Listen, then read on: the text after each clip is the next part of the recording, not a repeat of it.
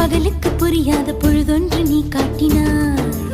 இதயத்தில் நீ இருப்பதனால் நான் தூங்கும் நேரத்தில் என்னுள்ளே தூங்காமல் நெஞ்சுக்குள் வாயாடினாய். கண்ணாடி நீ கடிகாரம் நான் உன்னுள்ளே ஓடோடி வாழ்வேன். காதல் எனும் கடுதாசி நீ என்றென்றும் அன்புடன் நான்